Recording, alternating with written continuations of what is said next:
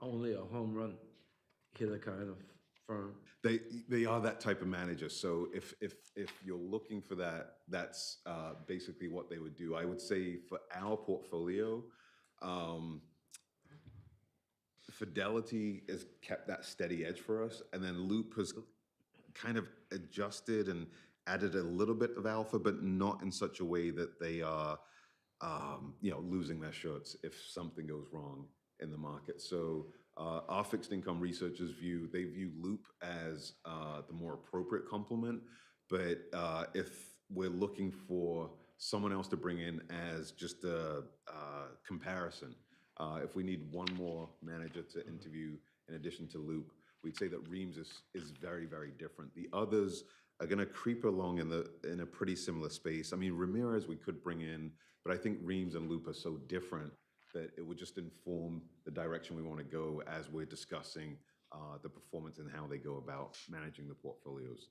Okay. And to that point, for Reams, you'll see the up capture ratio over the 5-year period, 134.36%. So basically, for every time the index goes up, they got like an additional 30% over the index. But that's not without cost, because when the market goes down, they did lose a little bit more than the market. So that's really their strategy.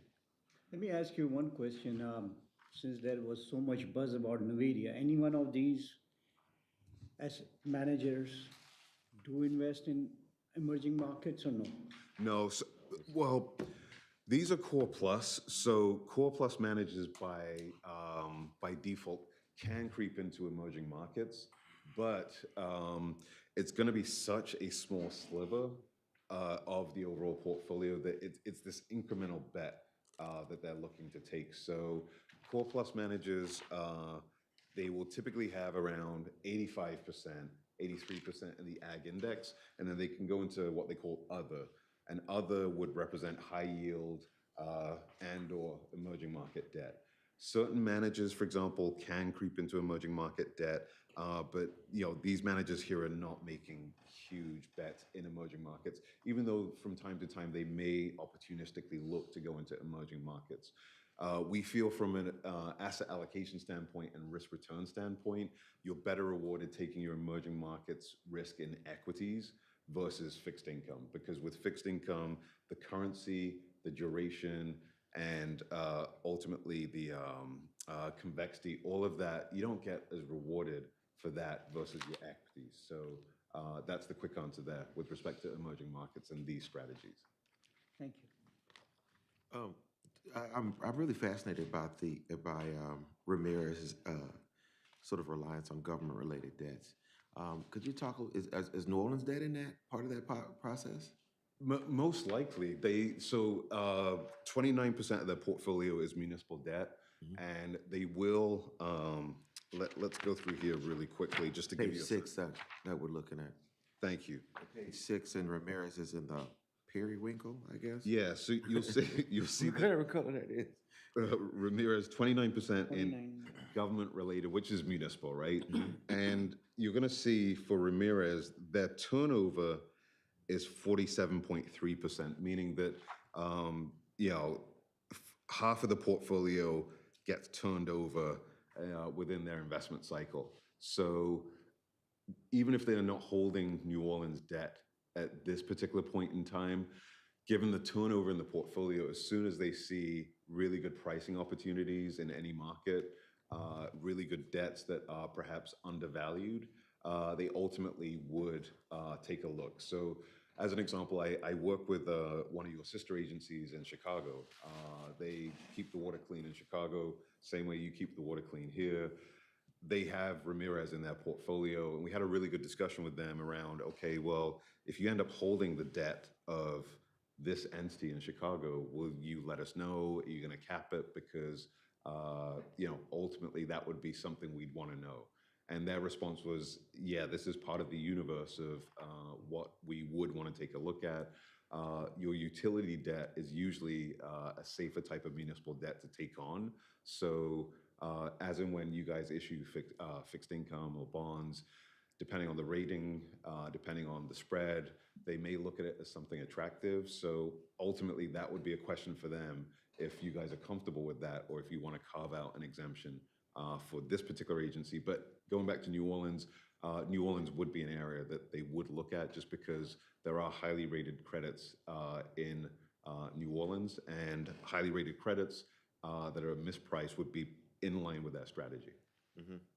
Because I guess the part there is, I get in a loop on that, is like, we're investing in a company that's investing in our debt.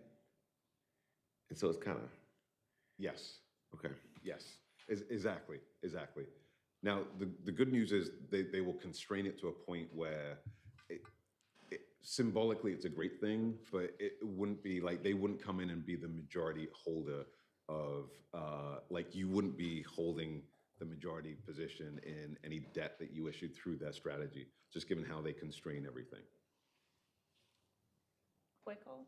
So I know Morningstar reports typically show companies' investments, like the larger portions. Is that something that that maybe you can send us, Morningstar reports, so we can have a better idea? Yeah, so we, let's see if, we actually don't for the fixed income side, but we will on the equity side, you'll actually see top 10 holdings. On the fixed income side, because it's sector, we do show where the sector breakdown is on pages 6 and 7. But you will see in the equity reports, we do have the Morningstar style disclosures for the top 10 holdings. So we will get to that. And it's because fixed income is a little, it's just different in terms of how you account for the holdings. You do it by sector as opposed to name. So it's a long way of saying, yes, we do have it. We just don't have it for this particular report, but you will see it in the next few reports where we'll start going through, like in emerging markets, you'll see one manager has NVIDIA, another one has Samsung, and it just points to what percentage of the portfolio is represented by those particular names. So once we get to that, you can let me know whether that answers your question or if you need anything else to supplement that. Yep.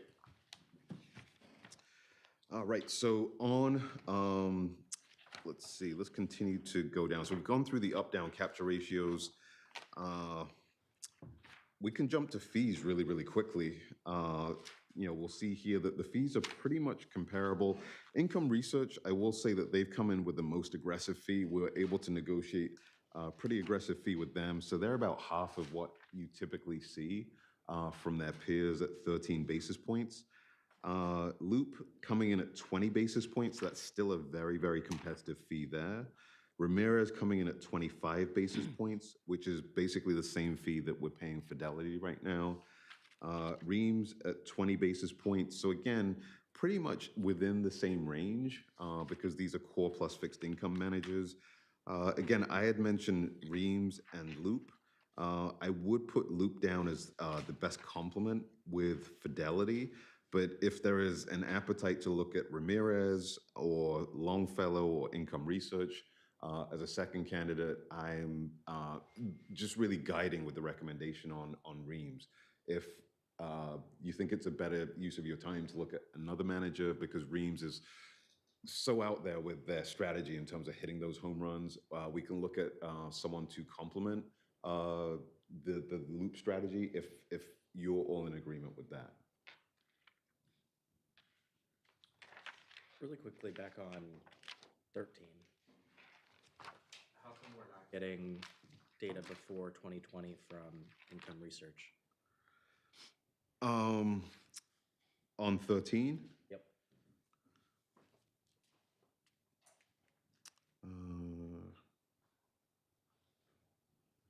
It stops in June 2020. Yeah. See this sort of Oh. cruise line. Sure. So, a lot of the time that could just be on the vehicle. These funds will have different vehicles available, and it could just be on the historical track record of that particular vehicle that we are profiling for this particular search. But they've been in the industry a long time, so they are very experienced managers. Seeing they were from like 1987 or whatever. Yes, exactly. So it's when a new vehicle is launched, we go with the track record of that. That's basically that. Yep.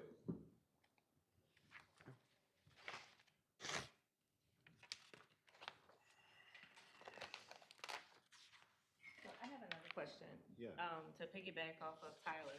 So I see it says that, you all don't independently verify all of the data. And then based off of Tyler's question, who verifies it? How could we verify? Because, in the front, it says that, on page 1, it says that Marquette has not independently verified all information contained. Page 1, that first paragraph. So who verifies, or how could we verify? Yeah, so some of that information is disclaimer, where it's certain things, let's say, the sector exposure, the manager's gonna report that, and then that's essentially inputted into our system. But other things like the performance, we do verify that relative to custodial returns and so on. So it's an all-encompassing statement just to say that not every single data point, for example, the team, if they've reported they have 100 individuals on the team, we obviously are concerned about the core individuals that manage the fixed income product, but we don't know about the administrative stuff, or we're not always notified as soon as someone leaves the team. But those are what we consider non-material things that we can essentially, okay, put it, there's certain disclosures and requirements you need in the industry to put out a product and be verified and have your track record, check a certain box. So we rely on that to say that, look, they're not cutting corners on this, but we do verify performance and we do verify the track record. But this is, for compliance reasons, we have to put disclosures like this in. You'll even see it in our performance reports where we'll put preliminary subject to change. And that's just because, let's say, for example, we're verifying performance. The custodian uses a pricing source that's different from the manager. And then the manager and the custodian, they verify the pricing source over time. That's something that just happens in the natural order of investing. So nothing fraudulent or nothing bad has happened, but we have to also rely at some point on the accuracy of the pricing being provided to us by the managers. And any type of manager that we're working with would be a legit organization that doesn't have a history of giving us information that's bogus and can't be relied upon and can't They be have searched. audited financial statements as well? Yes, they for do. these? Yes, they do. And then the other thing I'll mention here is things that we look at on page 3, E&O insurance. I mean, that was a really, really good question. So it's not that I'm not answering it. It's just more, I don't want to minimize the fact that certain bits of data are so easy to get, and if they were lying about it, it would show in the returns.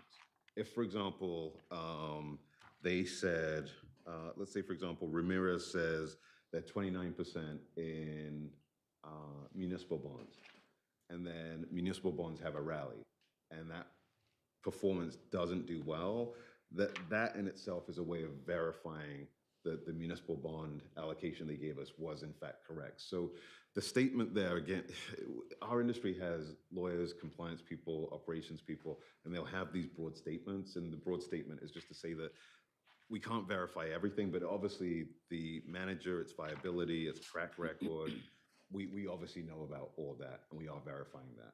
Most of your data you are collecting directly from these managers. Yes. Annual performance reports or from independent sources? No, so we get the data from the managers, but then we do From verify. where? From where? Managers. Okay, they themselves, Yes. They send us the managers, and then we will compare the performance relative to composites and things like that as well. Let me ask the question, Stephanie's question another way.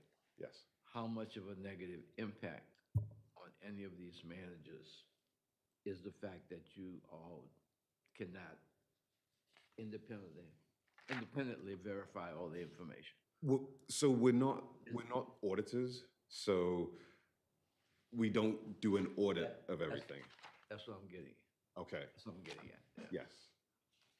So we kind of rely on the fact that they have audited statements and they file with the SEC, they're registered with the SEC, And those are the things that, it's not just Marquette, it's any firm in our industry. We kind of rely on those things to make sure that these are credible firms that are, in line with everything. And that's why we also do rely on the SEC and other organizations to also require these rulings and so on these managers. So. So our decisions or recommendations to bring in, it's not a negative impact by the fact that we can't, or you can't verify all the information. So independently verify, which would mean that we didn't sit down with them and go through every single trade. That's not a negative, because again, that's not realistic. That's not in our business model to do that, basically. Okay. It would be, if an auditor came with a report and said we cannot independently verify these numbers, that's when it's time to freak out. But we're kind of relying on the rules and standards around data disclosure, how the information is received, how it's calculated, industry best standards, and that's what we rely upon. So performance, for example, the performance has to be GIPS verified, right? GIPS verification is a very standard way of calculating So performance. they're not obliged to file annual report with SEC? We go for firms that are filed with the SEC. No, but all these to entities be. supposed to file, and Yeah. those reports supposed to be public access. Yeah, so that's correct. So we go through those reports, but we haven't produced those reports, so we cannot say we No, I mean, independently. obviously, they're not gonna lie, Yes, reporting to the, yes, that's the, Keywords correct. independently. Yes. You guys are not auditors. Right, that's the point. And so we are Yes, relying on publicly available, Yes, disclosed, audited yes. information. Correct. Yes. so we don't have another Enron. No, so no, and that's the thing, so long story short, we're not auditors, cannot independently verify, but that's not a bad thing, given the fact that I'm a consultant and consultants don't audit performance. Okay. So that's basically that, yep. Okay. But that was a great question, because yes, I ended up spending 5 minutes going through it, but it's credible information, it's information that's produced according to industry standards around disclosures. We just aren't receiving the data and then auditing it and verifying it. So that's really what that disclaimer is saying. Okay. So hopefully that helps. Thank you. Okay.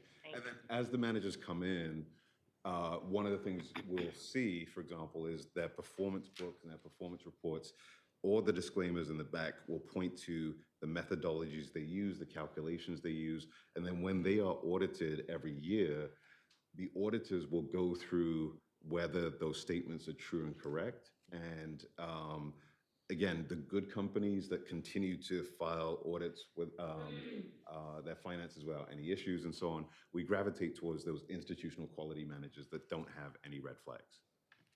Yep. Thank you. So with respect to the managers to bring in, I want to be mindful of time. I think one manager is probably too few to bring in, but at the same time, we already have Fidelity in the portfolio. They're already doing a good job. I don't think it's a good use of anyone's time to bring Fidelity in because, again, they've really delivered. So I think it would make sense to bring in two managers with the idea of having one manager get a portion of the 60 million that Fidelity is managing. Depending on which manager is picked, we can think about what number that would be, particularly after the presentation. I mentioned Reams. It sounds like Ramirez could be of interest. And I did also mention Loop as a good candidate to take a look at.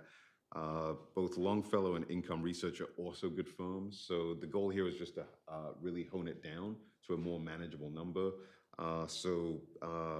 Any objections to Loop as a candidate to take a look at or bring in for an interview?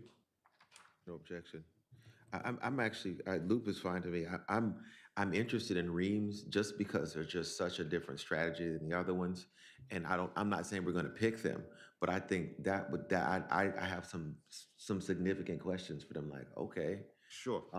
And I just think that will be interesting to hear them talk through how their strategy goes, especially being that their strategy is so different than everybody else's, and they're getting some interesting returns on that. Yep, absolutely. And what is the allocation amount The allocation? outside of Fidelity? So Fidelity has 60 million. I would say that we want to keep the bulk of the allocation with Fidelity, just given. No, but I'm saying what other players would have to play with? Yes, so I would say of the 60 million, for someone like Reams, you probably look at 15 million. You don't want that much of your portfolio, like being in a position where it can go up and down so much. fluctuate. But then Loop, probably about 20 to 25 million. So still having Fidelity as the core part of the 60, 40, allocation. yeah. And then having someone like Loop, hopefully they can add some incremental alpha, as and when the market goes up over a Fidelity. So what about Ramirez? Ramirez, so every candidate here is fine. Ramirez, also like them, I would say that Ramirez probably not so different versus, let's say, a Reams. So Ramirez and a Loop, the one big difference would be the 29% in munis that Ramirez has.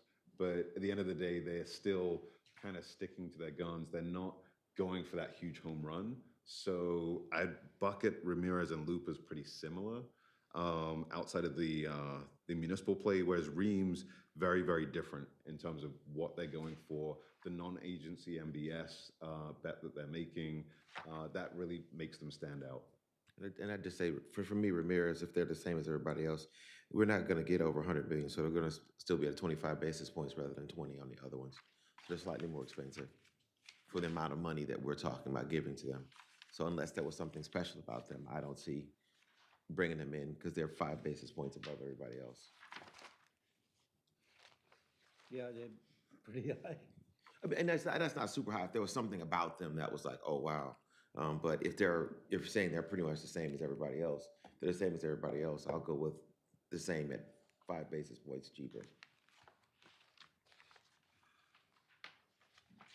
Go I have a question. So what if we are just wowed by Reams when we hear from them? We go with Reams Yeah. and then they do not perform at all. Like the home runs just don't hit. So how do we get out of that relationship? So any manager relationship you have, we are able to terminate that relationship. So the one really nice thing about the interviews is you sit down with the managers and they basically level set and say, this is what you can expect from us. We're going to do this in this environment. We're going to do that in that environment. And if they don't live up to that promise, that really is grounds for looking to terminate. Now, with managers, you typically want to give them a period of, unless something really, really bad goes wrong, you're looking at roughly 3 years. So that's why it's like that big trust commitment during the interview process to say, you know what, I like what they're saying. The numbers show that they can do this. The team has done this time and time again. So statistically speaking, while we can't guarantee what the future looks like, statistically speaking, we're positioned for similar types of returns or outperformance from this type of manager because they've shown skill over time. If for any reason, the underperformance is because, a key person left the team, that's an immediate termination. If, for example, it's because the Fed raises interest rates and then we've got inflation and then a sector that they're investing in is so mispriced that they can't go into it, that would be that degree of patience that we want with the manager. And it goes back to the structure and why the structure has to work for us. We want Fidelity that has shown that consistency and would likely navigate most environments better than most. We want to make sure that they continue to be the bulk of the allocation. So any disappointment that we have, we can bucket that as short-term, bucket that as something that happens in the realm of active management, but not something that brings down the overall, nice returns we've seen in the portfolio. So that would be, my way of looking at it. You mentioned active and passive. Of the three, Loop, Ramirez, and Ream, which one is more active or more passive? Sure. Really good question. So Reams, I would put them down as the most active in terms of these are all active managers, and they're all making active bets relative to the index. But again, because Reams is going for that upside, that's like, they had 134% upside, they are gonna go for some pretty meaningful bets. The rest of the managers are all active, but less concentrated, less, let's really go for as much upside as we can. So Reams would be the most active, but all of the managers on, let's say, page 5, we'll go to the turnover statistic really quickly. You're gonna see Reams has 376% turnover. So that means that they're holding on to positions a lot shorter. And, you know, in 1 year, they probably have turned over the whole portfolio. Quickly on page 4, can you elaborate how, like you have, Ramirez been in business since 1971, Longfellow since, I mean, I don't know exactly when these people were, how long they've been in business. Sure. So all of these firms have been around for decades in the sense of none of these are new firms. In the case of Loop, Loop is Loop Capital acquired a legacy firm, and that legacy firm had been in business. I can just get back to you on that, on the exact inception date, but we're looking at decades for all of these managers essentially in terms of their track record and whether it's working at other places and so on. None of these are new firms. I'll put it this way, comfortably everyone has over 10 years in doing this, which is, the standard number we'd want to look at.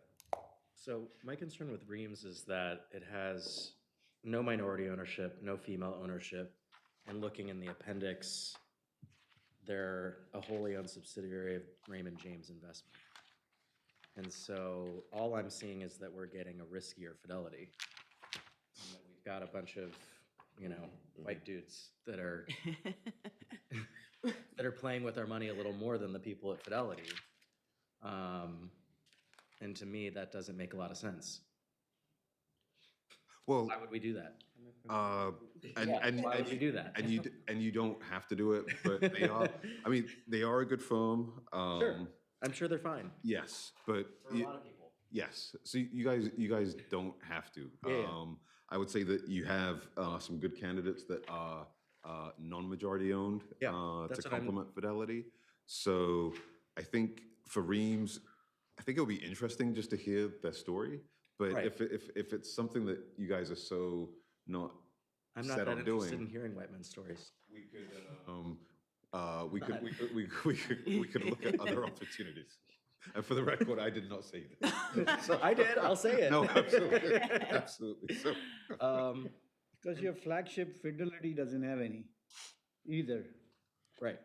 Well, that's what I'm saying. Is we're already So with them. We're going to stay with them. We would rather So why see a would we go with another diversified- one of those to split up what we've got with them? so I mean, what was I going to say? So Loop, it sounds like we're on the same page with respect to Loop. Yeah, I'm interested in Ramirez. I like that they're in Muni a lot. I like that they've got a lot of public clients. Yeah, and Ramirez, they're a good name. I have exposure to Ramirez through other clients. They're in the search book. So again, anyone in the search book is a good firm that will do a good job. It's just making sure that the firm is the right fit. So if Reams ultimately, well, I guess I should just kick it to the trustees just to poll the trustees because I've kind of laid out the information and then we can just defer to the popular vote or electoral, depending on how you guys want to do it. But we Definitely, could. Ramirez been in business over 50 years. Yes, 71. yeah, they have, yep. I mean, we could just go around and say, who are your top two and see who gets the most votes, or I don't know. What's the best way to do it? I think that would be the best way. Okay. And Mr. Chair, just as a procedural matter, if there's going to be a recommendation to narrow the list from 6 to any number, whether that's 2 or 3, I think we need to do that with a formal motion And before we, and especially for procurement purposes. I understand what you're saying, but this is a straw poll to Just see a- where we just a are. poll. So this is a straw poll where we are, and so we'll know what the motion needs to be. Yeah. So if we all say the same thing, then we'll just make the formal motion. And before we get to the motion, we would need to amend the agenda to consider the motion, since it's not on the agenda. So once the discussion takes place, I disagree with that, because we're doing here to consider which managers to bring forth, and that's on the agenda. well, the agenda only has a presentation item.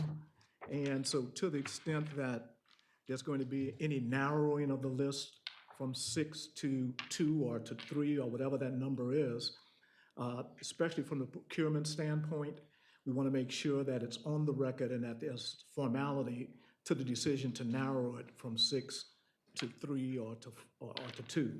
So, And it all, go If ahead. I hear correctly, at this point, we want to have just a general discussion. Yes, Then, based on the discussion, we would have to need a motion.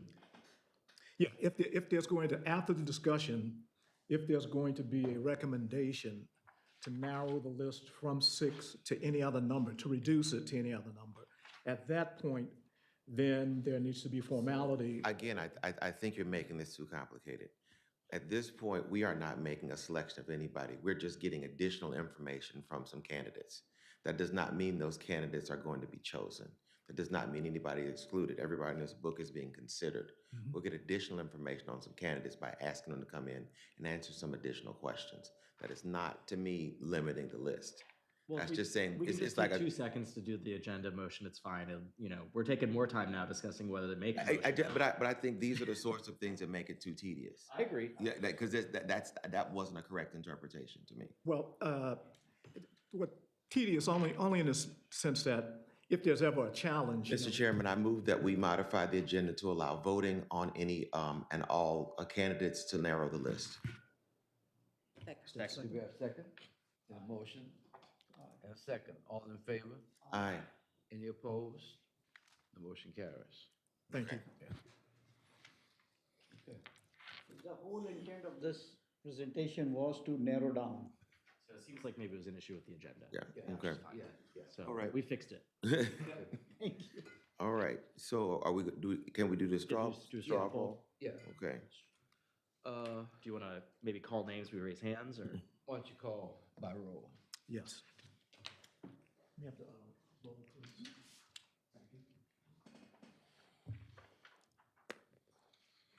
And we really identifying the two that we want, Yeah, 2. right? Okay.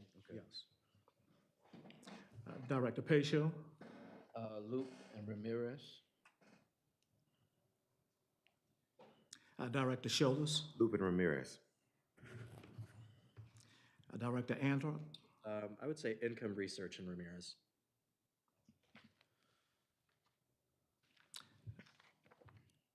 Director Shine, Ramirez. and Director Makbul. Loop Capital and Ramirez. That's, we have 1, 2, 3, 1, 2, 3, 4 for Luke and Ramirez, 1 for Luke, 1 for Income and Ramirez. Is that correct? So I'll make a motion Yes. for our fixed income core plus search that we would narrow our search to Loop Capital and Ramirez to invite them to make presentations. all right, we have a motion, second. Second? We have a motion and a second. All in favor? Aye. Opposed? Motion carries. So it's you and Luke Capital and Ramirez. Yes. Okay. Thank you, committee members. Let's move on. So everything else is now equity. So the template for equities is a little bit more straightforward, a little less cumbersome, I would say. So as we start going through the equity candidates, we will start seeing a lot of similarity in terms of exhibits. So we'll begin with the mid-cap core search. What page are you on? So unfortunately, it's all I can jump to is the It's about a third of the way through. yeah. The page numbers restart. And you'll see each book, Core search, it says at yeah, the bottom. it'll say mid-cap core search. Okay, see after 'em? the small cap? Just after No, the small cap. Before small cap. That's right. Before small cap. Cover page says So mid-cap. international, see small Core cap search. right here? This is small cap. as we So go back. after fixed it's the next one right after fixed income. This one's. so we'll It's go right to- after fixed income. Here. All over There you again. go. Thank you. All right, we got it. Perfect. All right, so mid-cap. As we can see here, mid-cap, we are passively managed in mid-cap right now. We still recommend maintaining at least 50% of the allocation to a passive mandate. Helps to keep the fees down, also helps to control the tracking error once again. So that's going to be a theme throughout when we look at the managers. We want to make sure that we still maintain that nice passive exposure that's really been helpful for us. So as we think about the candidates, this is going to be on page 3 and 4. Page 3 and 4, we have Earnest Partners, or I'll begin with Ariel, Boston Trust, Earnest, Kane Anderson, Madison, and Metis. As we look at all of these firms, Metis is a female-owned African-American firm. They responded with their index solution. Because we already have an index provider, I think it's good to take a look at Metis, but ultimately the fees we're getting from BNY and the performance from BNY has been stronger. But with that being said, I think that over time, if we're looking at our overall passive exposure, and we can have a manager like Metis come in with a competitive bid, it's probably something worth discussing, worth considering. So Now or later, are you saying? later, Later. yeah, okay. later, because right now they're not of a scale where their fees are competitive with BNY. So with BNY, we're getting tighter tracking error and lower fees. But as Metis grows, it's nice that they're on our radar. We can kind of look at them as potentially as an alternative as time goes on. So just wanted to include them in the search, so at least they had an opportunity So what's to. BNY current fee structure? Fee structures, let me give it to you. It's super, super cheap.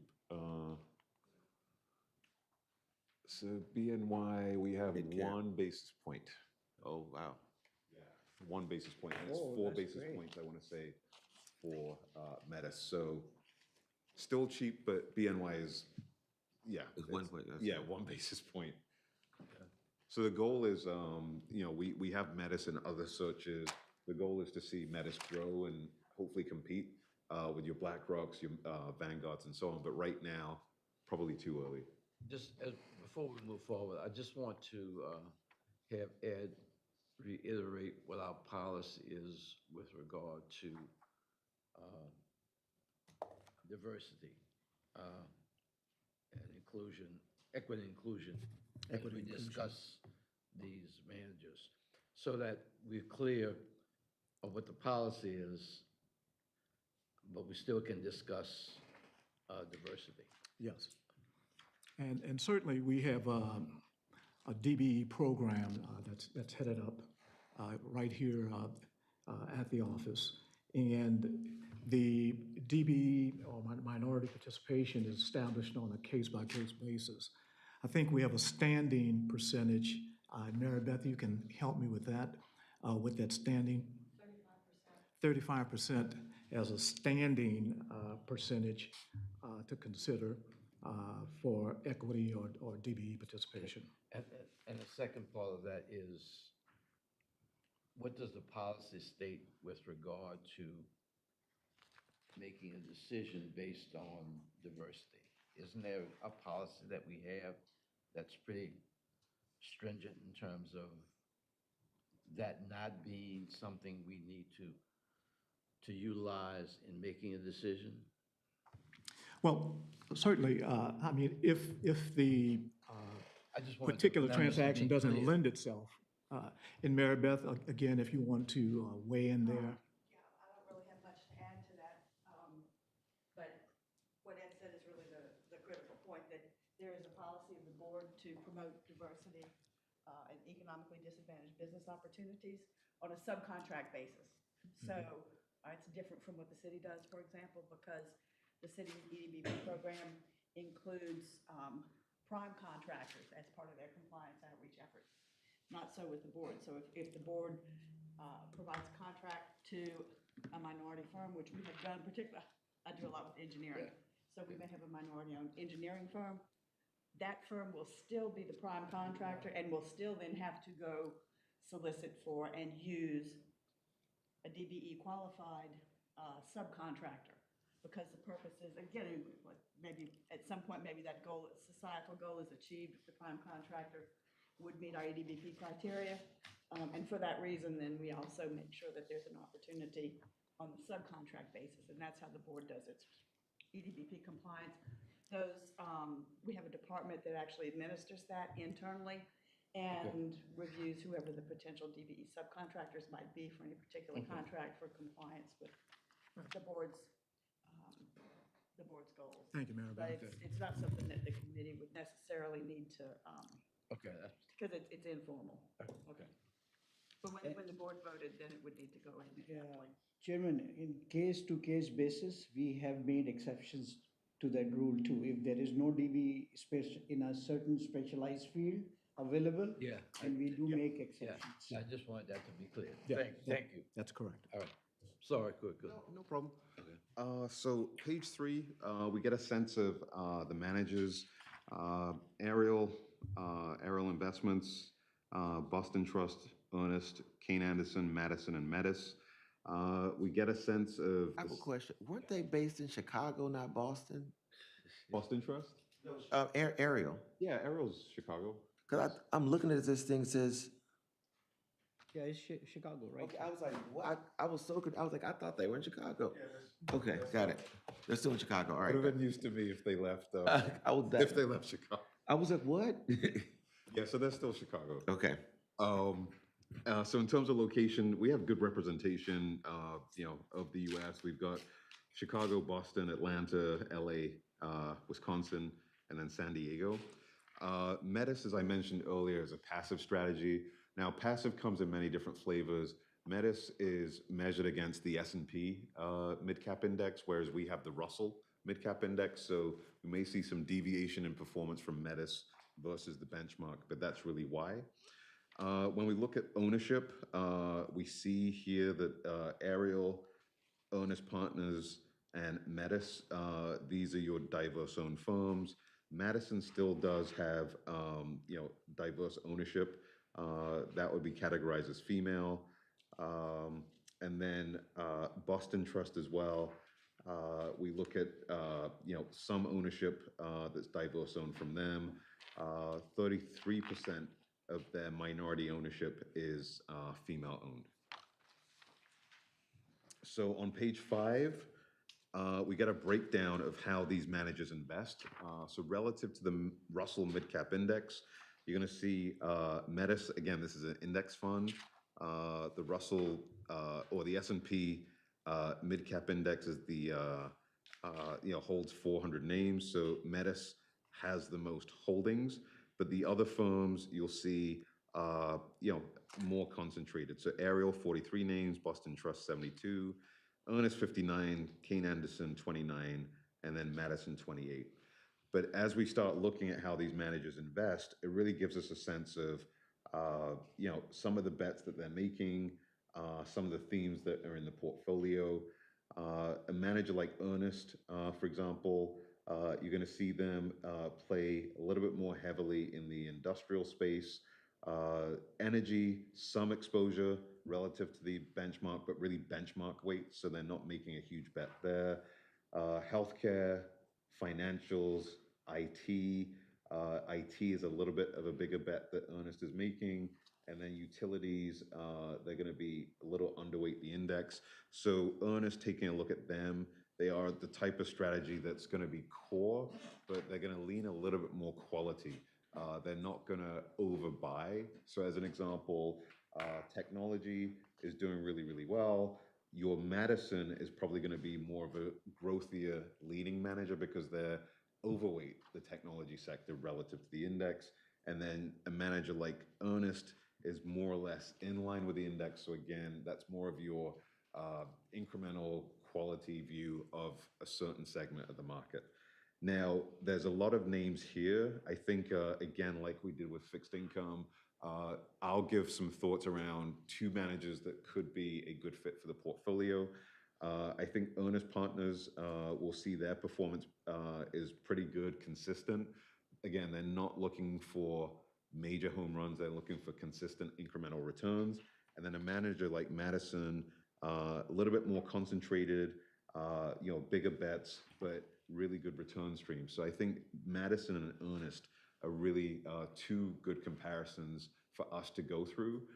Doesn't mean that we have to end up with these two names, but just for analytical purposes, discussion purposes, it may make sense just to continue the conversation with those two front and center. But if other names come up, please, by all means, bring them up. You said Madison and Ernest? Yeah, Madison and Ernest. Can you talk a little bit about, because in looking at their sector weights, that's fascinating to me what they're betting on, and I'm on page 6. Yes. And so, if you look at, Kane Anderson really getting out there in industry, and I'm assuming that's infrastructure building? So industrials would be, it can be infrastructure, it can be logistics, it can be your, because it's mid-cap. Is that what I'm getting at? Is that stimulus driven? Like, that Biden plan, the package, is that all of that stuff? Yeah, industrials would be very, very, yes, they would be Okay. highly correlated to that. So it's interesting to me, something like that, strategy would be grossly affected by an administrative change and a change in priorities. Yes. Okay. Yeah, on paper. On paper, because that industry is really connected to a policy of the current administration. Yes. Yes. And- Now, the flip side is, Okay. yes, so the flip side would be change in administration leads to less investment in that sector, but then maybe your Amazons, for example, they continue to dominate more. So that could be the And that's still counter to industrial? that. Yes. Okay. Yeah. The industrial play, like Amazon's everywhere. So they're a tech company, they're a wellness company, they're literally everything. So their warehouses, for example, that would be part of the industrial component of things. Their major warehouses and just the distribution routes that they own everywhere. Because I think that that's interesting to me as a strategy, and also they have a significant amount of cash. So what are they waiting on? yeah, so the cash, that could be, a couple of things. It could be just a moment in time where they are looking at valuations and momentum, and it's just not in line with their metrics. So the good thing about a manager like that is they don't hold cash for a long period of time, but we don't like to see cash being held because it's either a sign that there's a dislocation in the thesis that they invest under, and to your point, maybe it is the regime change, right? Maybe it is, let's wait this out till the election is done before we make this big bet. So those are the types of questions that, the interviews with the managers would kind of flesh out a bit more. But high level, I'm not misreading it, okay. Yeah, high level, you're spot on with that. Yeah, but their fees are very high. Yes, a highly active manager, high tracking error, so high conviction managers do come with higher sticker price. Yeah. But page 7 gives us the top 10 holdings, so we get a sense of top 10, and you'll see, for example, some managers, Kane Anderson, their top 10 represents 45% of the portfolio. Madison, 52% of the portfolio. So these are your high conviction managers. When they're holding a name, they really, really believe in that name through thick and through thin.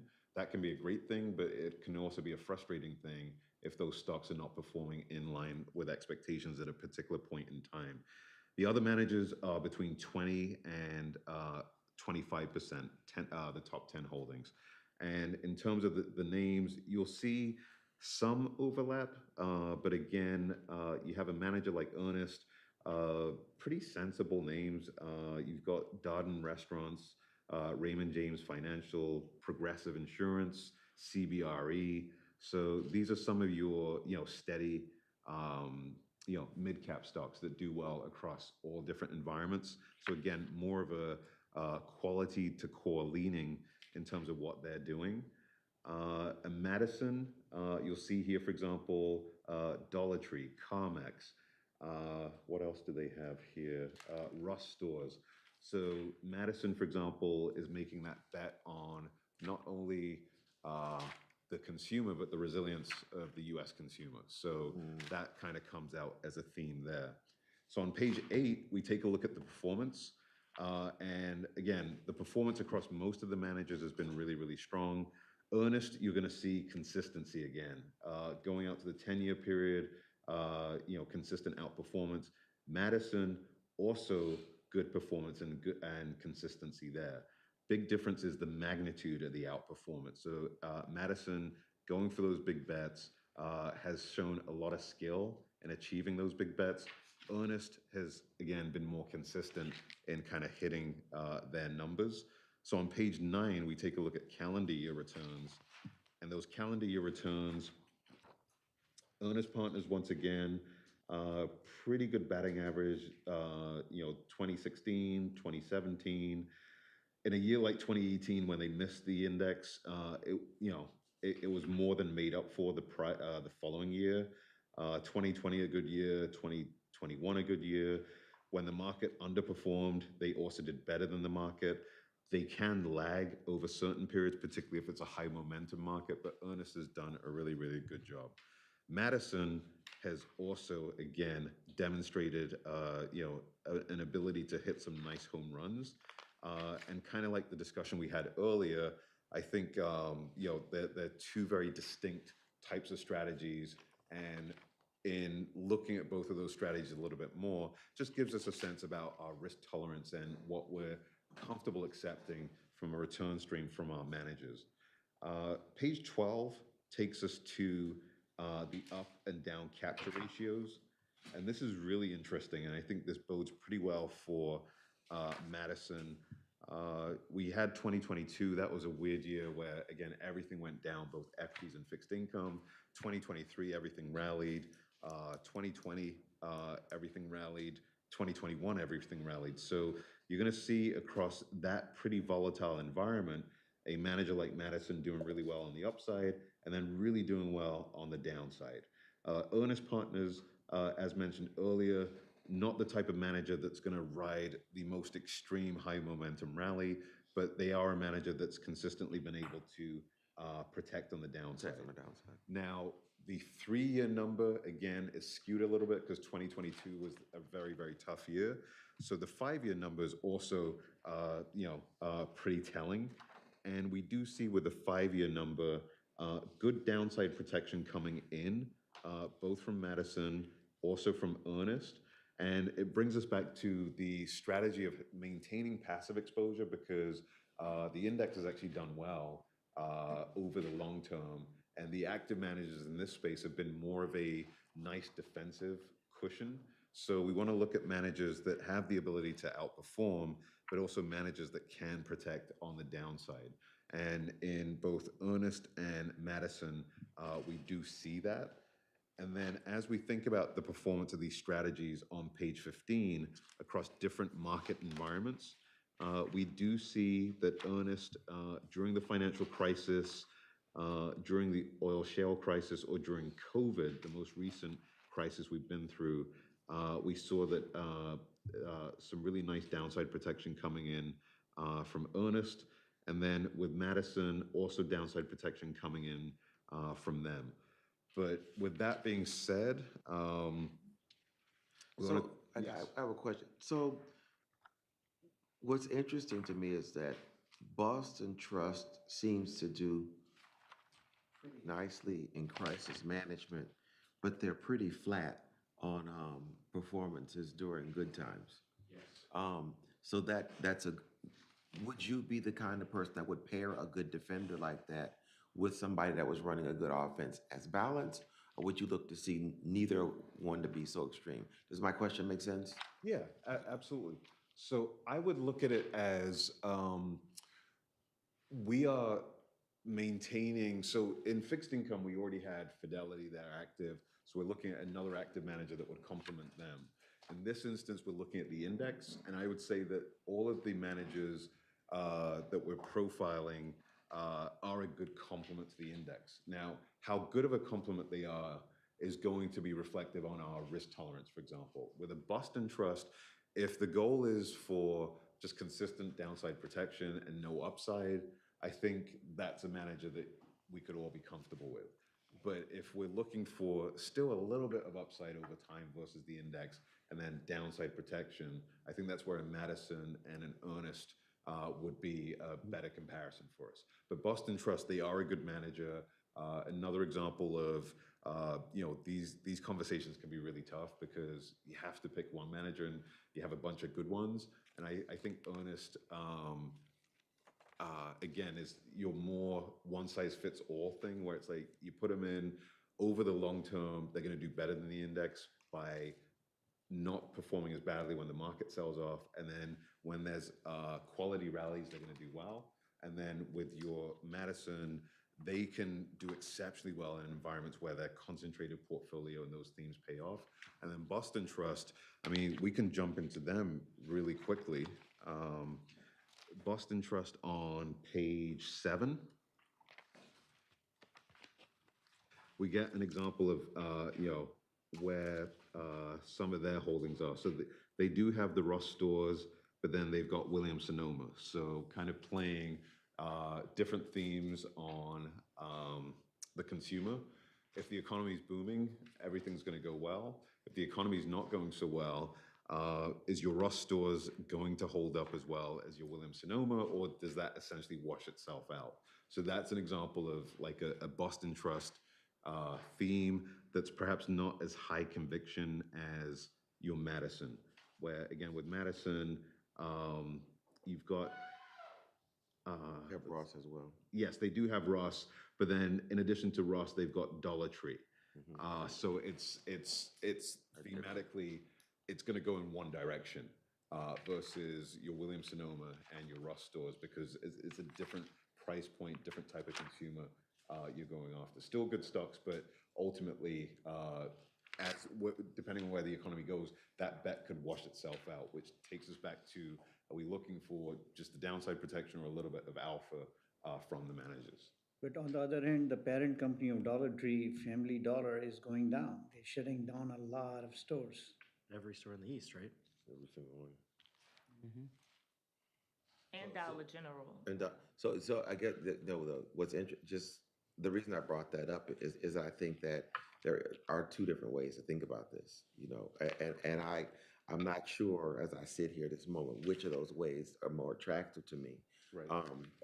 Whether or not we want this purely to play defense or to play defense and also give us more upside offense alpha, because we have upside alpha in other areas. And maybe this is just to sort of staunch the bleeding. And if ultimately this is our backstop, then I don't know that I want anything that heavy in any of the retails, especially low-end retail. Low-end retail is going to be the last to recover, and it's gonna be the one that was most overextended in this process. Whereas the people that are more Williams and Sonoma-y, they tend to be more recession-proof in general because they're higher income people, higher net worth people that will go there compared to people that are shopping at the Rossi things. Yes. So they're both consumers, but they're very different consumers that have very different patterns in times of crisis.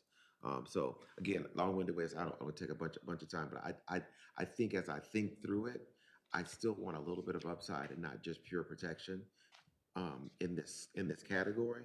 But if other board members felt like we just need to play pure defense with this particular category, then that changes who we pick. Because Boston Trust does have 2 oil interest, Marathon and Baker's, which is very stable for right now. Yeah. Let me just, So are there what I'm any saying is, responses they or didn't comments lose as to much what as everybody else, but they don't gain. Dr. Schuler said, just to get a feel from the committee? I mean, to me, it sounds like, and I'm not on the committee, but to me, it sounds like, and I agree, one group is more price sensitive than the other group. And then right now, we have so much uncertainty with the climate moving forward as far as people's income and financials. I think it is something to seriously consider, in my opinion. Any other thought? I'm very tempted to focus a lot on this portfolio holdings page because I think it's easy to be like, oh, I recognize those names and I have a lot of thoughts on that. But I also think when you look at particularly what the percentage is in the top 10, Mm-hmm. you know, some of them, like an Earnest, where it's less than a quarter of their holdings, it's not as important. Yeah, less of a big bet, less concentrated. And I think Earnest, it sounds like Earnest might be a good middle ground manager, but then in addition to Earnest, the question is it a Madison or a Boston Trust? That's kind of, I think, where we're at. And that conversation would be, okay, with a Madison, are we going for that higher return, as high as we can go versus the index? Or are we looking at, let's say, a Boston Trust that can, you know, do a little bit better than the index, but help us on the downside? And I think Earnest, again, I think they're a good poster child for someone that does well across all environments. If the economy is doing well, if the economy is doing poorly, they're going to do well. So I think it's Earnest perhaps +1, but if you guys are thinking differently or what have you, we can continue the conversation. But Well, I would just suggest, based on the conversation so far and discussion, are we prepared to make a motion based on the discussion we just had? I would be. I would move that for the mid-cap core search, we would narrow our search to Ernest and Madison and invite them for interviews. Motion and the second. Any discussion? Further discussion? All in favor? Aye. Opposed? Motion carries. Thank you. Ernest and, And Madison. And Madison, yeah. Just in terms of housekeeping chores, anyone need a break or can we continue moving forward? Anyone need a 5-minute break? what you serving? Coffee and donuts. Coffee, donuts in the restroom. We can continue to move forward? Or? Move Okay, forward. let's keep going. Let's go. Fearless leader. so small cap is always an exciting one, I feel. And small cap, this follows right after mid cap. So if you just keep thumbing through, we'll get to small cap. Some really good candidates to take a look at, as with prior searches. Channing, Congress, Eagle, Ernest, Invesco, and Mesero. As we look at all of the firms here, let's see. I thought Mansro, we already have them on board. So they're a multi-product firm, so we have them on the private equity side. Correct. But it's a different team Okay. that manages the small cap. They used to be known as fiduciary management advisors, and then in, I want to say 2017, FMA was acquired by Mesero to start off Mesero's equity platform or bolster their equity platform. But we see here again. Like with Ernest Partners and with Mesero, is it more positive to consider them because they're already with us, or negative? So I like to always look at it in isolation. I would say that if the product is just phenomenal, I don't view it as a negative. I actually view it as a positive if there's already a pre-existing relationship. I say that because you can negotiate better fees. So That's what I was getting at. yeah, so that would be the positive there with the Mesero and let's say an Ernest Partners, because we have them on the international side. So with Ernest Partners, we'd want to say, look, we already have 79 million with you. Sorry, wrong number. 48 million with you. An additional 5 million. Can you give us a break point that really acknowledges that we've already got an allocation with you? So I look at it this way. In this day and age, the firms that are going to continue to survive and do well will have a bunch of different products. And sometimes you can end up with 1 or 2 products from the same firm, but the goal is to have their best product. So it's less about the label and more about the team. And I would say that in Mesero's case, Leo Harmon, he's a phenomenal investor, like really, really good investor on the value side. So we'll jump into that momentarily. All right. But I don't see it as a negative because this is a good team that just happens to be part of the same franchise.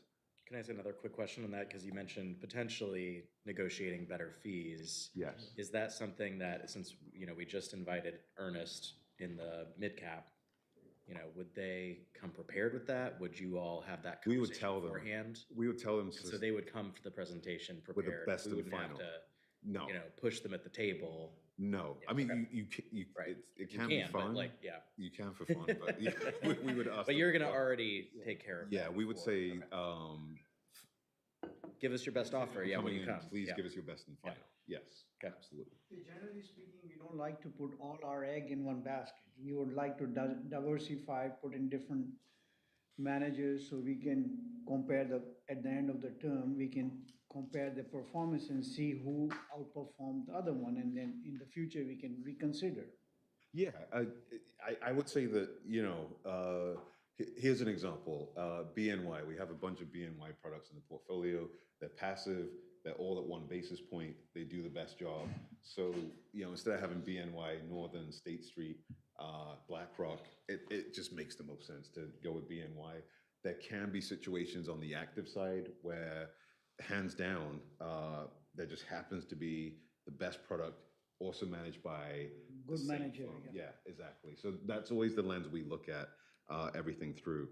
But with respect to the firms we're taking a look at, some really good firms. Invesco, we all know, that's a household name, very large firm, Atlanta, Georgia, Mesro in Chicago, Ernest, we've already discussed them.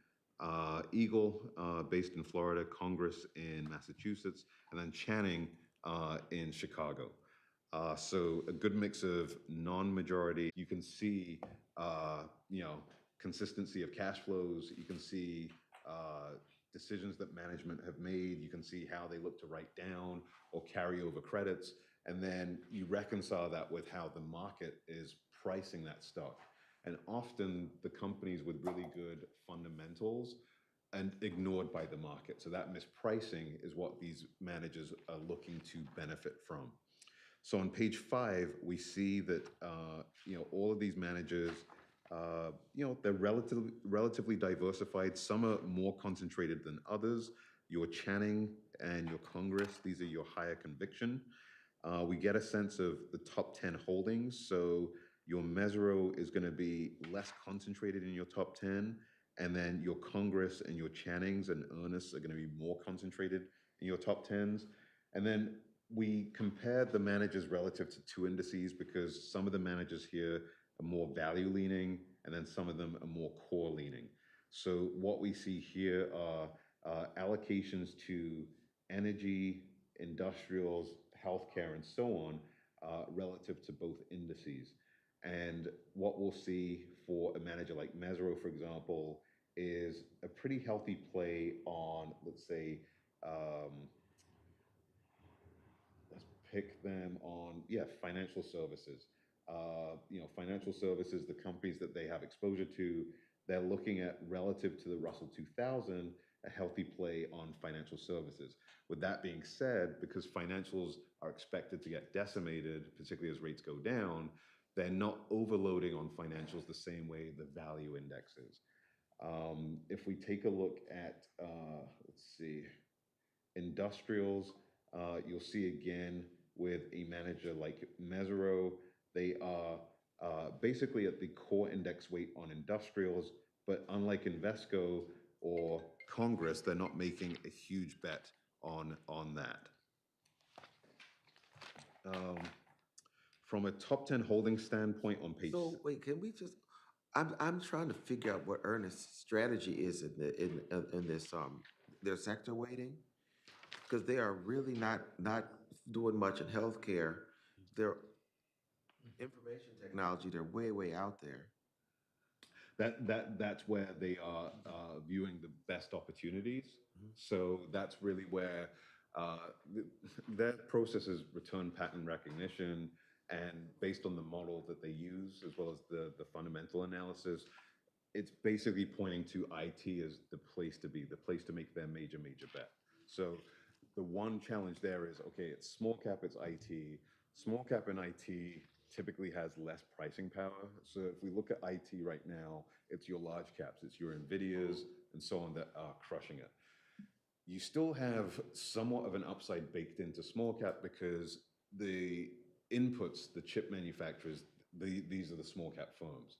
But the challenge is, So, like, I'm sorry to interrupt. No, no, no So problem. where the like, they're trying to get a battery manufacturing, electric vehicle battery plant here in Louisiana right. to match what they're doing in Georgia and Alabama. Is that small cap? It depends on the size. Or is that- So it depends on the size. If it's a battery manufacturing plant and they're literally just buying off your Teslas or your Fords and your GMs, it's probably going to be mid cap.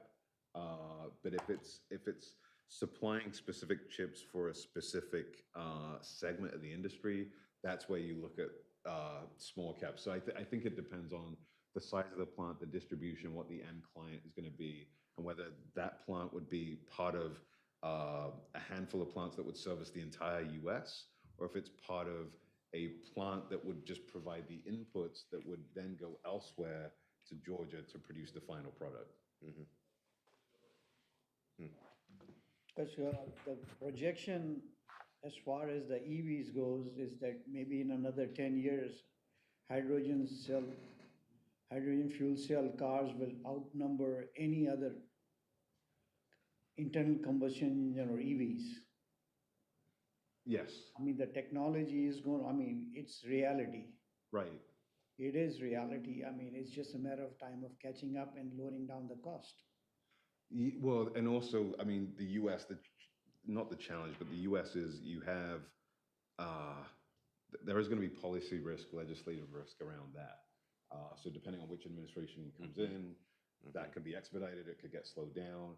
AI is very different, where AI, right now, it's AI without borders. That appears to be the technology play that's going at light speed. So I think the type of technology also, is key there.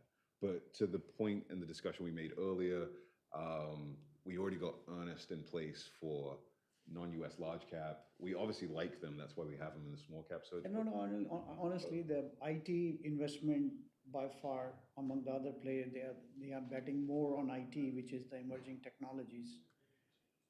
I mean, nobody can deny NVIDIA, even though they're losing.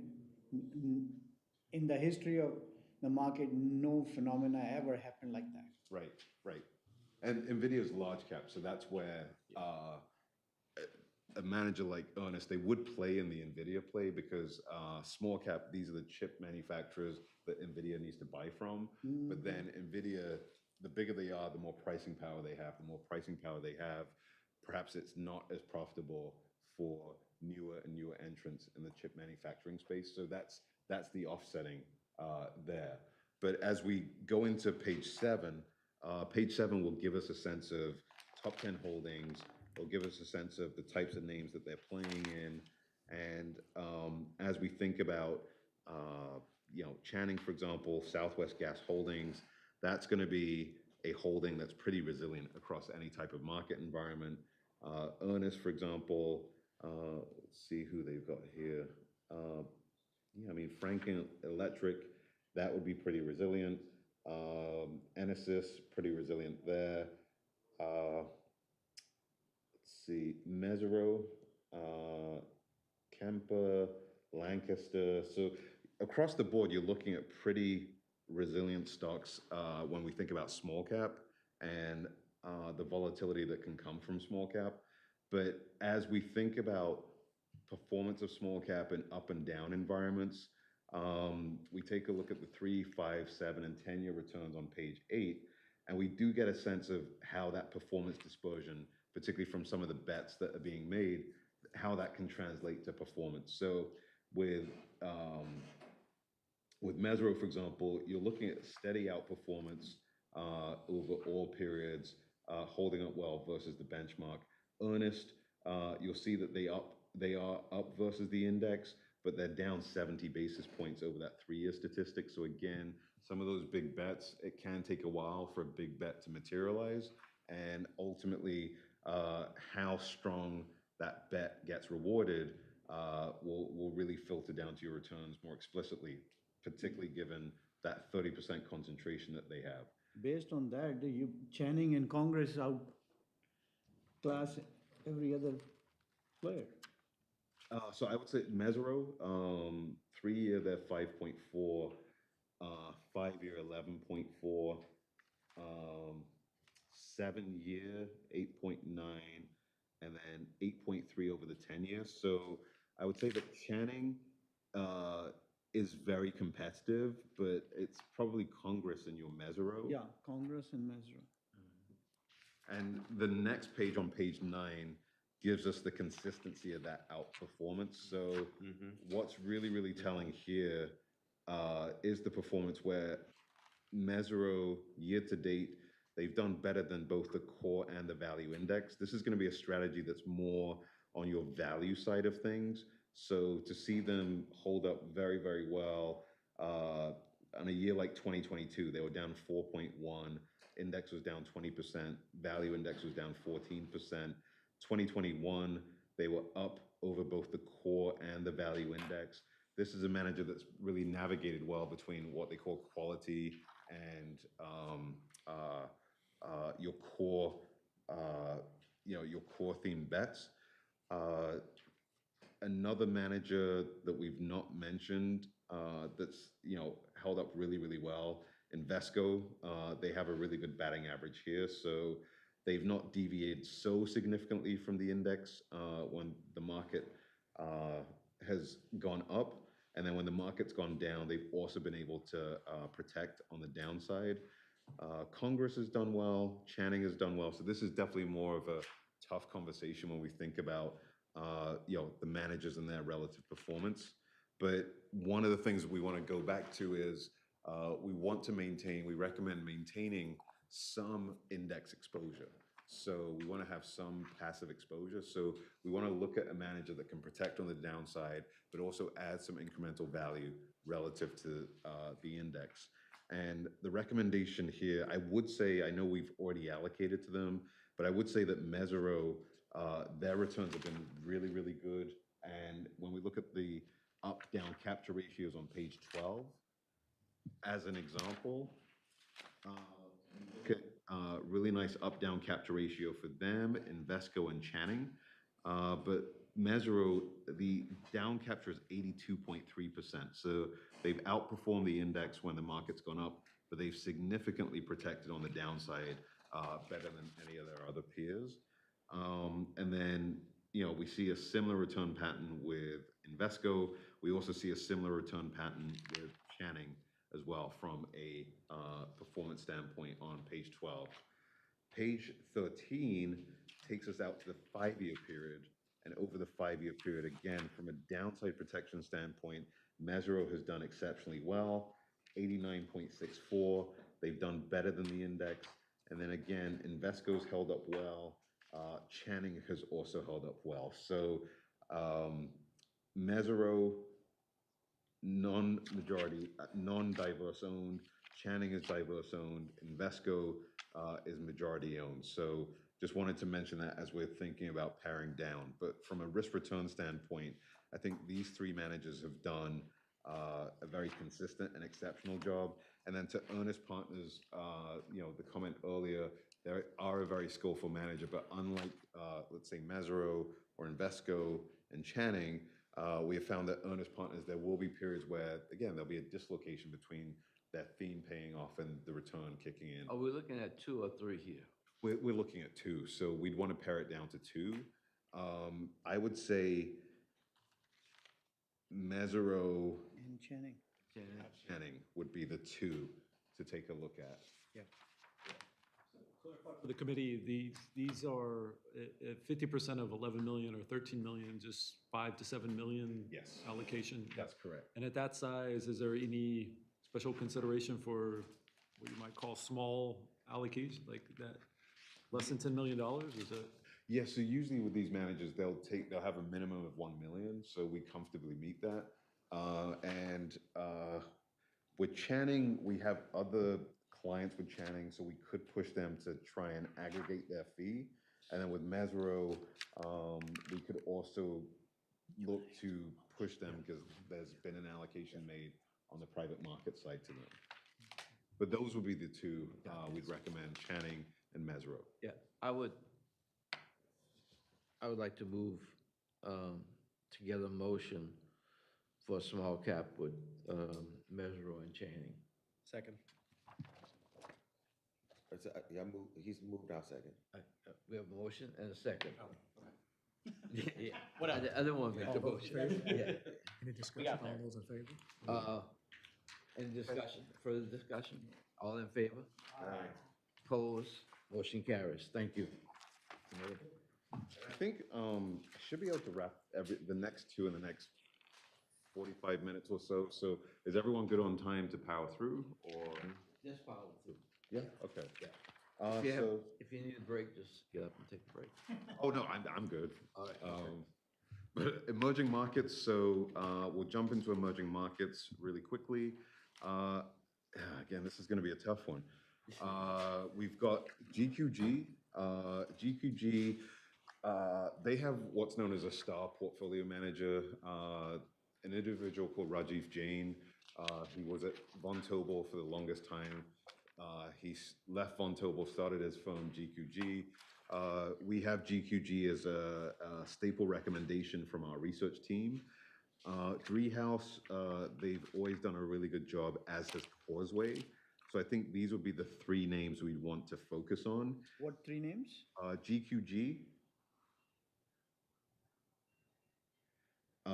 Driehaus, and Causeway. And GQG is, that is minority owned. Rajiv Jain is the majority owner of GQG. So that would be a diverse candidate. Causeway, we have good female representation in the ownership structure there. And then Driehaus is it's now majority owned in a trust. The founder passed away a couple of years ago. His shares were transferred to a trust, and the company is essentially working through, those shares. Who was it, the show Succession? Oh, it's Succession? Yeah, it's, yeah, yeah. That means I don't want it. That was no. Blood, family members, that was a crazy, based off Rupert Murdoch. Yeah. Oh, they're doing that right now, and they tried to seal that. You said GQG? GQG. Driehaus, and who else? Causeway. Causeway. Mhm, Yeah. Causeway. And and again, my caution about Driehaus is that they got something going on over there. I don't know if you want that. It's not very much money, so it wouldn't. Yeah, it's not Fox News money or the Fox Corporation money, but it's we'd all be happy with that amount of money. Anyway, so on page 5, we get a sense of all of the managers, their holdings. We see that GQG is going to be diversified, but a little bit more concentrated than the others. And then Causeway, 193 holdings, Driehaus, 113. What we'll see here are, some nice bets on the technology side. So when we think about emerging markets, this is kind of in the larger cap space that these managers are essentially playing in. So GQG, a little bit of an overweight to technology there relative to the index. Same with Driehaus. And then Causeway, this is the thing, IT is 23% in Causeway's portfolio, but communication services is also closely related with IT. So they're actually 33% if we add everything into Causeway and the bets that they're making. IT or technology in emerging markets makes a lot of sense. These are countries that are, I don't like the term emerging, but in a financial sense, you have a growing middle class, you have younger populations, and as a result of that, more people are more technology savvy. So that's really the theme that's being leaned into from some of these managers. What's pretty interesting on page 7 is the country breakdown. So GQG, you're going to see that they deviate from some of their peers, the same as Driehaus, where it's a bigger bet on India versus China. And managers that have been less bullish on China, that's actually been a huge positive, over the last couple of years in emerging markets. GQG will have exposure to companies that are US registered. but then if they get a vast majority of their revenues outside of the US in the emerging markets, they'll invest in those companies. So it's kind of the best of both worlds. You're listed on a US exchange, you've got the US listing requirements, but then the revenue stream is so beholden to the emerging markets that it qualifies under their definition of emerging market stocks. So with a GQG, the US market does well. You've seen GQG do really, really well versus its peers, because again, their bet on emerging markets is around your more established, names that will do well across different cycles. Yeah, but GQG is not in China. They're not real. So China, by the way, I don't know if any one of you knows, have come up with a supersonic internet speed where you can download a 4K movie in 2 seconds. So I would say that And with Huawei is technologically far paced out any other competitors, even Samsung, LG. Yeah, so I would say that with GQG, it's how they will still have exposure to China, but it will be through certain Chinese stocks can list on the US stock exchange. So they're going to play through the more established companies that are listed in the US. And then also, again, I'm just going to be Switzerland on this one, but Taiwan, some people can argue Taiwan is China, some won't say it's China, but they still have exposure to China indirectly through Taiwan. And then the biggest trading partners for China outside of Taiwan, you have South Korea. So the China exposure is just expressed differently, again, going through Chinese companies that are registered in the US versus going directly to China and buying stocks that are traded on the China exchange. So that's how Vontobel does it a little bit different. But in fact, if we look at the top 10 holdings on page 8, Vontobel, GQG. So GQG, that's how GQG does it. So you'll actually see here, for example, NVIDIA, but Taiwan Semiconductor Manufacturing, that's, for all intents and purposes, that is viewed as a Chinese stock, just given Taiwan, but it's still their Not top to 10 Americans. Huh? Not to Americans. I'm just speaking as Switzerland on this one, so I can only just report what I'm seeing. So, Already rolling up our sleeves. NVIDIA, I know we've mentioned NVIDIA. That's an example of a stock that is looking to derive a lot of volume and revenue from the emerging markets. So that is included in their portfolio. As we look at the other names, Driehaus and Causeway, Taiwan Semiconductor across the board is a top holding. And then as we look at the concentration of the portfolios, you're going to see that GQG is going to be a little bit more higher conviction. It's more growth leaning than the index. So with a GQG, you're looking for some nice returns, outsized returns relative to the index. So GQG on page 9, you'll see that they are leading the pack from a performance standpoint. 3 years, everything else is negative when we think about the active managers, but they are outperforming. And again, the volatility that's associated with your stocks listed on foreign exchanges versus your US exchanges, the volatility is going to be lower when you have your Chinese stock on the US exchange, when you think about currency and other things that can detract pretty severely from a non-US stock holding. But GQG, best performance consistently. Causeway has done very well relative to the benchmark. It has done better when the market's lagged, a negative 1.3 versus 5.1, and then it's outperformed over all other periods measured. And then same with Driehaus, they've held up really, really well over all periods measured. Now the batting average page on page 10 gives us GQG and the consistency of their returns. GQG has done very, very well. So why we don't have GQG 10-year performance? Because they've not been out for 10 years. Okay, so they've been there less than 10 years. 10 year, I think in 2 years time. But the portfolio manager has been managing for significantly company. longer. Yeah, Okay, yep.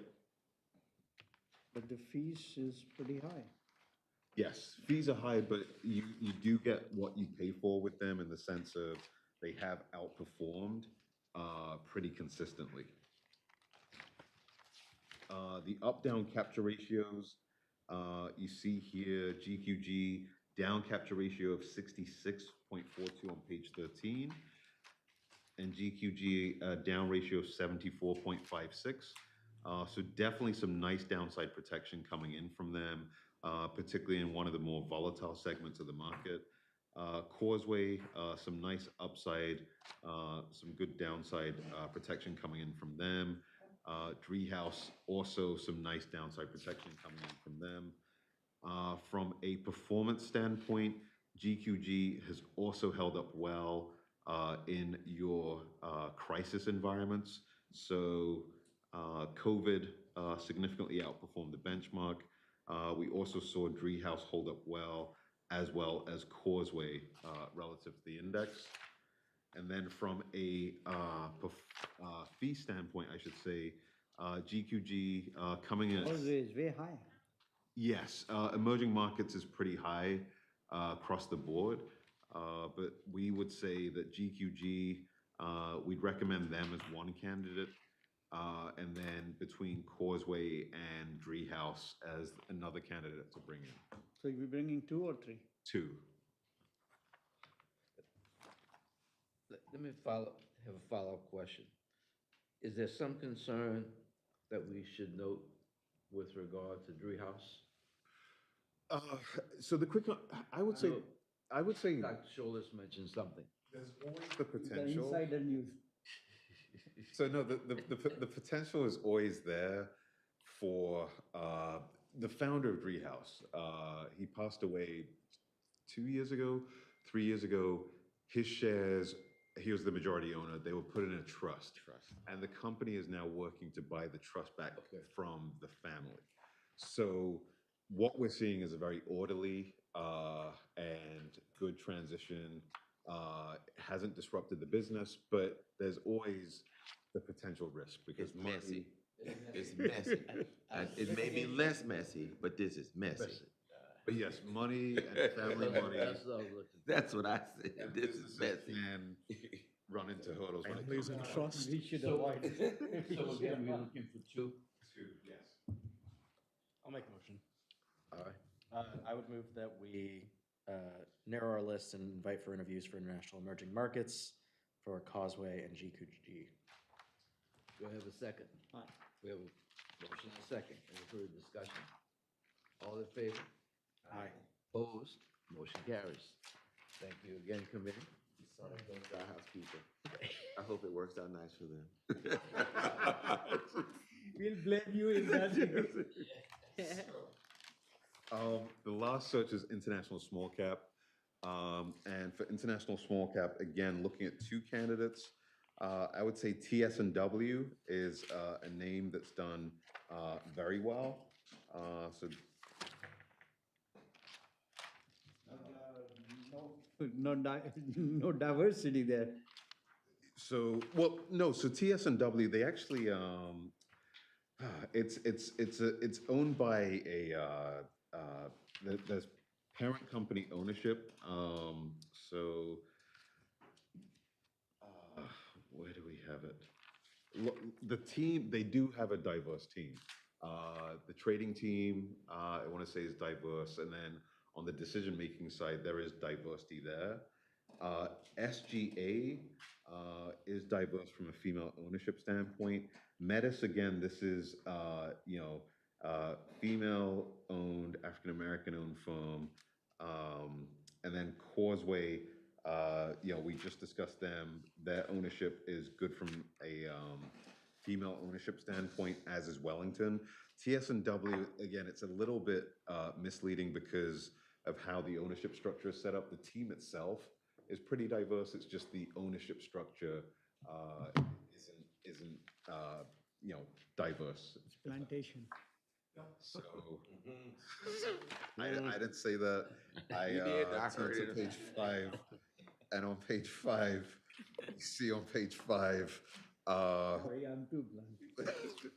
the performance across various managers. And as we see, TS&W, this is a manager that's, very diversified, Wellington very diversified, SGA very diversified. So the good news here is across the board, you're in a pretty volatile segment of the market, but you're looking at pretty nice diversification across all of the strategies. Now, a manager like Artisan, they are a good manager, but their strategy has really lagged over the short term because you'll see that they've made a huge bet in healthcare. And the challenge in healthcare, particularly in international small cap names, is the legislation, the approval, the green light for the product to go well. And that can run into some wrinkles. It can run into some hurdles. We have a doctor in the room that can explain it better than me, but the point is that can take time to play out in a portfolio. So Artisan is a good firm, but right now the big bet that they've made is not working out for them in healthcare. Let me ask this, can you give us a little more on Metis in terms of your sense and feel? Absolutely. So Metis, they are a good firm. So Michelle came from, I'm going to remember it at 1 a.m. tonight, but she came from a deep Brandis Value. So she came from Brandis.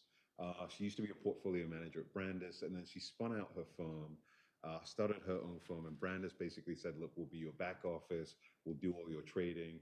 So Michelle is of the school of deep value, which means that a lot of patience. There will be times where you're not going to outperform the market because value means that you're buying something that the market has discounted. Unfortunately, in this environment, the market can discount stocks longer than they need to be discounted because everything that's technology related, everything that's AI related, that's what people are paying up for. So the good stocks with good fundamentals are less loved, and that's the area that she plays in. So in a moment when we go through performance, you'll see that Metis's performance has lagged the broader index and the peer group. And it's not because Michelle isn't a good manager. She's an exceptional manager. She's just in a style right now that's not in favor when you think about true, deep textbook value and just holding on to that stock, because at some point, the fundamentals will get rewarded by the market, but we're not in an environment where that's happening just yet. Follow-up question, how would that hurt us? So it would hurt us in a sense of, let's see, performance. If we look at Metis's performance, page 9 and page 10, you will see the batting average is not as robust as the other entities. Now, 2016... Is that because of the philosophy? Yes, the value philosophy. So it's not... so she's playing against managers that can go in and out of names that are less discounted, and you're less beholden to common sense taking hold and common sense winning the day in the market. Her strategy is one where it's a good holding, you hold onto it for a long period of time, and eventually the valuation will get recognized. So there is an upside. There is an upside, and the upside typically happens when there's a huge pullback. So in her returns, for example, you'll see, let's see, 2023, she had a good year. 2022 was a good year. So the market sold off in 2022, and she had a really, really good run. She was protected on the downside better than the index. So she, from a quality standpoint, would be something that should protect versus the index, but over a full market cycle, she may lag. Right now, she's above the index because we've gone through quite a bit of volatility over the last 3 years. So that 3-year number is actually pretty good. So I would say maybe relative to a TS&W or a Causeway, we could compare a Metis. So that way Metis gets to show why they, relative to a TS&W or a Causeway, would make sense in a portfolio. And if the thesis is, okay, we understand that we have index exposure, we understand that right now, we're allocating, let's say it's 8 million to the index. Maybe it's 3 million to Metis with the understanding that it'd be there for downside protection. Would that be a huge risk for us if we, Based on the Consider performance, them- I don't think it's a good idea to go with a company which has been flatline. So I would say the challenges, and this is up to you guys to confirm whether you're comfortable with this. The challenge is, okay, if value's not in favor, Michelle will lag. But when value's in favor, Michelle's gonna kill it. She will do an exceptional job. Like 2016, index was up 3.9. She was up 23.5%. Her strategy did exceptionally well. But again, it's on the notion of a style being in favor, and the times that style is in favor, we see 2016, 2022, 2023. Those have been really, really good years for her. But the consistency of the performance has not been there as much as I got you. some of the peers. I got you. But if, again, kind of like with Reams, if it's of interest to say, look, at least let's have the discussion with her, at least let's have her in the back of our minds as we think about the portfolio. No issue from this standpoint, having that conversation with her. I do feel that, perhaps a TS&W would give us more consistency, but at the same time, hearing from her and another firm would kind of set you all on the right path to be like, okay, we hear what you're saying, Michelle, but ultimately we're leaning towards this manager, or the flip side is, I guess the question would be whether we wanted to hear more from her. That would be my question, whether it makes sense or not for us to think hear more from her. I think it would make sense in the sense of, you've got TS&W that's the steady pick, like across any environment. They're the one firm that I would say, look, across every environment, they've done well. So I would rank them up as the steady pick to definitely bring in. And Michelle would be, I don't want to say underdog, that's not the right term, but Michelle would be the contrarian view, right? What's the contrarian view? What could go wrong that perhaps the TS&W isn't thinking of, that she has so much conviction in that over the next 3 to 5 years, she thinks that, what was done in 2016 can get repeated once again. And this isn't Michelle. If you go to Brandis, the firm that she grew up in, Brandis has also gone through similar return streams like this. And Brandis is a multi-billion-dollar firm that has very loyal customers. But again, it's that buying into the notion of, I'll hit that major home run once every couple of years and it will be so big, I'm satisfied with it. But the psychology of investing and looking at these reports on a periodic basis, it can be tough to reconcile that, because some folks are like, look, I just want the consistency of TS&W. So I think, yeah, having her come tell her story, I think that's appropriate. TS&W, again, I would put down as the consistent, steady Eddie, and then Michelle would be the contrarian pick if that was at the pleasure of the board. How much are we talking about in terms of this allocation? So it would be small. It'd be about 3 million, because we want to still keep a good amount of index exposure in. So 3 to 5 million, depending on the choice. So it'd be by far, I think, the smallest allocation we'd make.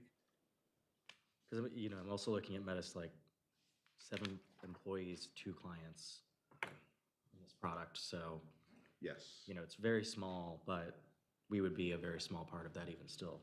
So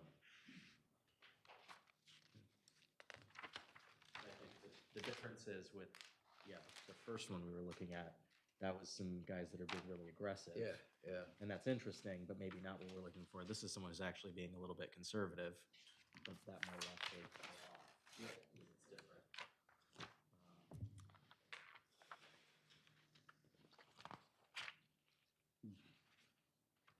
Anything else quickly? No, that would be it. So TS&W, I would say that they are a your steady pick, and then Metis would be an alternate name to take a look at and discuss and do a deeper dive on. I'll entertain the motion if we're ready I for that. will, SGA and TSW. You said SGA, not Metis? No matters, because it's too flat line. Okay. SGA and TSW. or Causeway is the third choice? And SGA is, they are female-owned, and they are owned, there is minority ownership with SGA. I'll second SG and TSW. Okay. We have a motion and a second. Any further discussion? All in favor? Aye. Opposed? Nay. Motion carried. Opposed? Yeah. One in opposition. Motion carries, right? Yep. Okay. Thank you again, committee. Quickly? Yes. That would conclude the search, the overview of the searches. So as a next step, we could do one of two things. We can offline determine the next date that we want to get together for interviews. And I can give the managers a heads up of the date, or I can just tell the managers that they have been selected for further discussions with the investment committee, dates to be coming, and we will work out those dates. Okay. What date you have in mind? I would work with you, so whatever's the most convenient for Chair, everyone. And we- 3 weeks? What is our timeline Said here? sometimes in October, right? Yes, sir. The latter part of October?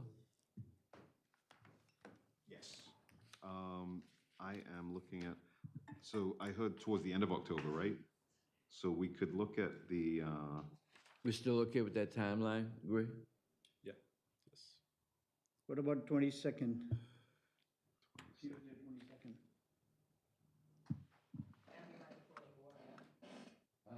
That'll be right the day before the board meeting. That would be board meeting, open enrollment, and pension elections that week. So the following week, if at all possible. maybe the,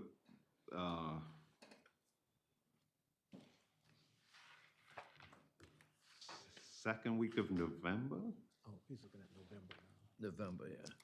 Like the 5th, or the 12th, you mean? Yeah, the 12th. This will be a crazy day, I think. Yeah. What do we have in November, that second week, Tanya?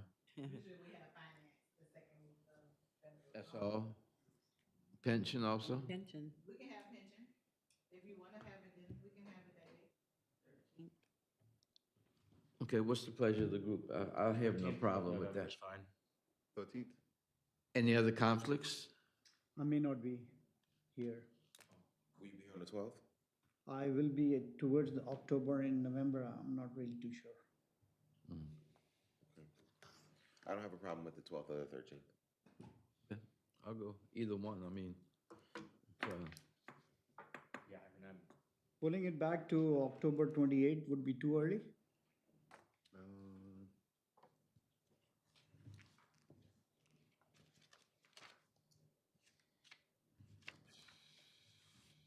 Oh, Monday, the 28th? Yes, sir. That would- the 28th and 29th are tough on this end. Okay. That's fine. Okay. I mean, First week of November is pretty good. just make sure these people are up to technology, you know, So- everybody's using AI. So They have November 4th, 5th, and 6th. I would say let's not do November 5th because that's election day. So that's a no. and 6, depending on the outcome. Right. Lay down. I'll be in the mood. Yeah. We may have a. Let's think positive, January we're gonna be 6th in the again. mood. We're gonna be in the mood. We're gonna be November 7th. Celebrating then. Yeah. No, I can't do Thursdays. Like, Thursdays are bad for you, right? Thursdays, I see patients on Thursdays. The 8th? That Friday? Yeah. Bad, Bad? yeah. I see patients from 8 to noon Okay, Fridays too. okay. So it looks like the week of the 11th. Yeah. What's the 11th? Veterans Day? Veterans Day. Oh, well, I usually take off on that day. We don't, the board doesn't, though. Board Oh, doesn't we take don't note. take off like that. The board takes the Friday after Thanksgiving is Okay. Veterans Day. Okay, I'm fine with November 11th. There's a Pels game that night. Joe, you were a veteran though, right? Yes. I feel really bad to have a veteran come in on Veterans Day to do a Yeah, meeting. no, I'm veteran. Oh, no. But we could initially have it on the same day as the finance meeting. On the you know, 12th? like Yeah, that's, Right, because they're pretty 12th, the day quick. before, the 12th. And they're coming in person, right, Kwaku? Yes. So the 12th would probably be the best day. okay. I'm okay with that. November 12th. Is that good for everyone? Yep, November 12th. Okay, November 12th. And it will start at what, Stephanie? we'll start at what time on the 12th? We can start at 9. Okay. Mm-hmm, yeah. Okay. And we got lunch. Any further It'll be business? 9 to, All right. Until about what Okay. time? So they're all coming? Following our agenda at this point, any public comments? There are none? Therefore, if there are no other matters, I'll entertain a motion for adjournment. So moved. Second, second. all in favor? All right. And we have lunch in here, Tanya? Oh, thank you. Okay. In the board's. Dave?